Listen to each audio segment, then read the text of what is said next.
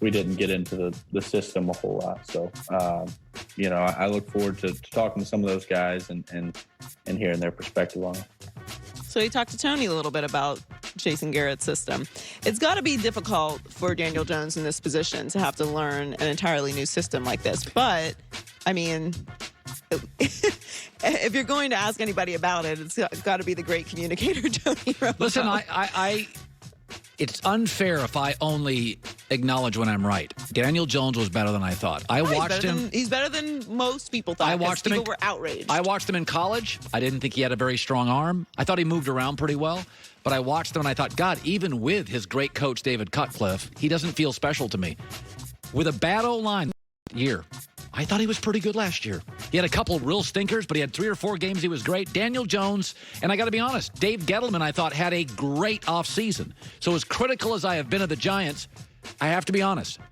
Daniel Jones is worth the 6th pick. If he's a starter, he's worth it. I was wrong. Of course. And I thought Gettleman had a great free agent and draft. I thought the Giants had one of the better drafts. The NFC East is kind of interesting this year, right? Because we all assume that the Eagles are going to be better because they had insane injuries. Well, they also have a superstar quarterback. They have a great superstar quarterback. And they took Jalen Hurts also, so they're going to develop him as a solid backup. And they won the division. All the pressures on the Cowboys in the NFC East this year because the Giants were 4-12 last year, so they're going to improve, and we don't have any high I certainly don't have any high expectations. They're up against it, having a new system and a new head coach and a young quarterback.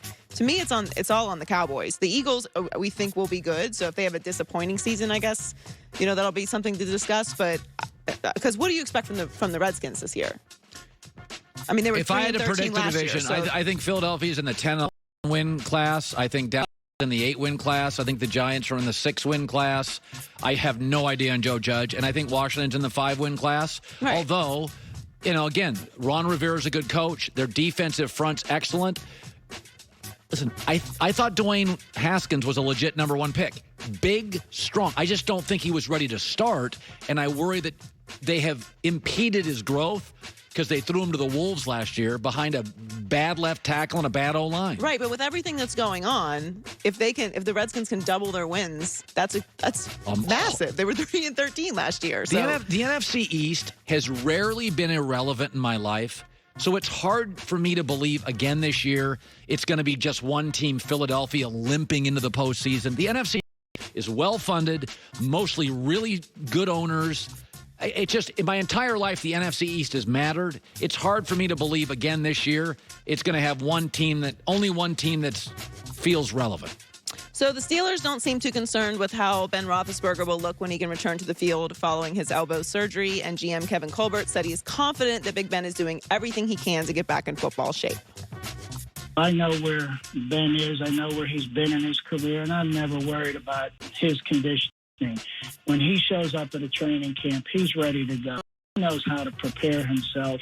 And I know that, he could easily walk away from this game as well. But he's choosing to continue to play it because I still think he really wants to prove and do more. To me, the guy's got Hall of Fame credentials as he stands today. But that's not enough for him. And to me, that's a mark of greatness. Again, I would feel much more comfortable with the Steelers situation if they had a more solid backup. I do think it's kind of interesting how critical we are of players when they're coming back for us, see what they're doing, and we want to see workout videos. And, they're talking about, we know that Ben's going to come back in shape, but we don't really see workout videos. Now, I don't particularly care to see your workout videos. I do. I do. Yeah, but you do. I do. I don't care. I'm going to assume as a professional athlete that you're going to stay in shape and you work out every day. But but we're critical. For the longest time, it was like Cam Newton doesn't care about football, and now all out his workout videos. That's smart. Cam's smart. That was always my knock on Kaepernick. You love football? Show me. I don't really feel that it matters, but I gotta tell you, in this situation, I think it does. I might want to see Ben running a couple Cam Newton, couple sprints up the hill. Cam Newton. I love football. Here I am working out. Absolutely think it was smart. Absolutely. Say social media matters. You can create imagery and create a brand on social media. If you're Cam Newton and we don't know about your health and you go on every day and say, here's the bad shoulder, watch me throw it down the field, are you telling me that doesn't matter? I mean, Ben did put out a little video of him. He looked like a mountain goat. He had a quarantine beard going He had far a gigantic beard. Lockdown. I don't know. I haven't taken a look at his Instagram page. He's got beautiful family. And I'm just completely uninformed. No, but beautiful his wife. Twitter page doesn't have it. I want to see workout, especially if your reputation is you're not a workout fiend. I've seen his family. His kids are beautiful. His wife's beautiful. His beard is less than desirable. The point being is, show me. Show me stuff. I don't know. So Enes Kanter isn't quite ready to retire from the NBA. We had him on yesterday, but he already has a plan for when that time comes. He has been offered a deal with WWE to become a wrestler. And he definitely plans to accept it when he is done with basketball. Did you see Enes in WWE? I have no athletes doing this. I think it's perfect, actually. Yeah. He's such a great personality. Enes is always smiling. And also, maybe it's because he really likes you. But I feel like every time he comes on, he's always smiling. I think WWE is perfect for him. He's a great trash talker, too. Yeah, he'll be a villain, clearly. He's a trash talker. But here's the other thing. Now that I've gone to a WWE event, if you really go to the history of the WWE, size matters. Hulk was ripped. Andre the Giant, The Rock, Stone Cold. There's a lot of pro wrestlers, the guys that they're not physically, John Cena, ripped.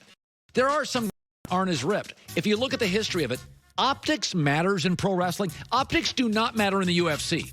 No. I've gone to UFC fights, and the guy with the abs gets decked by the guy with the belly. It means nothing. But in wrestling, the imagery of it.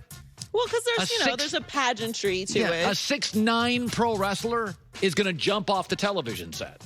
So, I think he would work. Like, Gronk is huge. Gronk was built for WWE. But this is exciting. I'm going to check him out. Well, that's a long time from now, but he's interested in it, so I think it's a good fit. There you go, Joy, with the news. Well, that's the news. And thanks for stopping by. The